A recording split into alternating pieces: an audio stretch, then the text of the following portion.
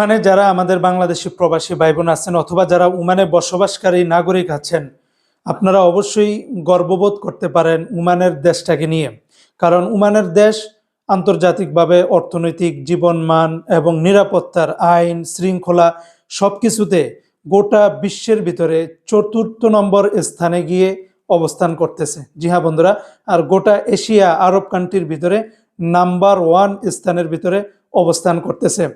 মানে চিন্তা করেন একটা দেশ কতটুকু পর্যায়ে জীবনমান, নিরাপত্তা, তারপরে পুলিশে আইনের যে কার্যক্রম, তারপরে মানুষ আইন কানুন মানার দিক থেকে, মানুষের নিরাপত্তার দিক থেকে কতটুকু নিরাপদ, কতটুকু উচ্চতায় গেলে এরকম গোটা এশিয়ার মধ্যে, গোটা আরব কান্ট্রির ভিতরে দুবাইকে পিছনে ফেলে, কাতারকে পিছনে ফেলে, কুয়েতকে পিছনে ফেলে, সবাইকে পিছনে ফেলে নাম্বার 1 স্থানে আছে বর্তমানে, আর গোটা বিশ্বের ভিতরে ৪র্থ স্থানে আছে।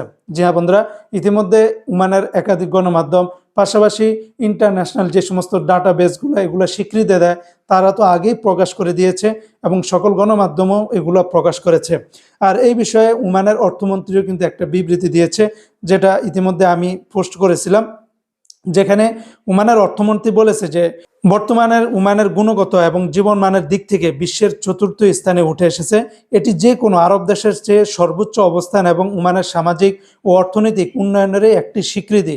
মন্ত্রীর কথা, এই ফলাফল স্বাধীনভাবে এবং আন্তর্জাতিক সংস্থার মাধ্যমে নিরূপিত, যেখানে ওমান কোনো প্রভাব রাখেনি। তিনি আরও বলেন, এটি আমাদের জীবনের মানের শক্তিশালী একটি প্রতিফলন। তবে আমাদের দায়িত্ব হলো এই উন্নতি আরও বাড়ানো। ওমান অর্থনৈতিক এবং বৈচিত্র্য এবং সামাজিক উন্নয়নে গুরুত্ব দিয়ে যাচ্ছে এবং মানবিক ও জীবনমান উন্নয়ন দেশটির প্রধান লক্ষ্য হিসাবে ধরে রেখেছে। তো আলহামদুলিল্লাহ, আমরা যারা প্রবাসী আছি বা ওমানের যারা নাগরিক আছে, আপনারাও যার যার নিজের অবস্থান থেকে সর্বোচ্চ পরিমাণে ওইভাবে চলবেন, যেন আপনার একটি ভুলের কারণে কোনো বাংলাদেশি কমিউনিটি বা কোনো দেশের যেন মানক্ষুণ্ণ না হয়।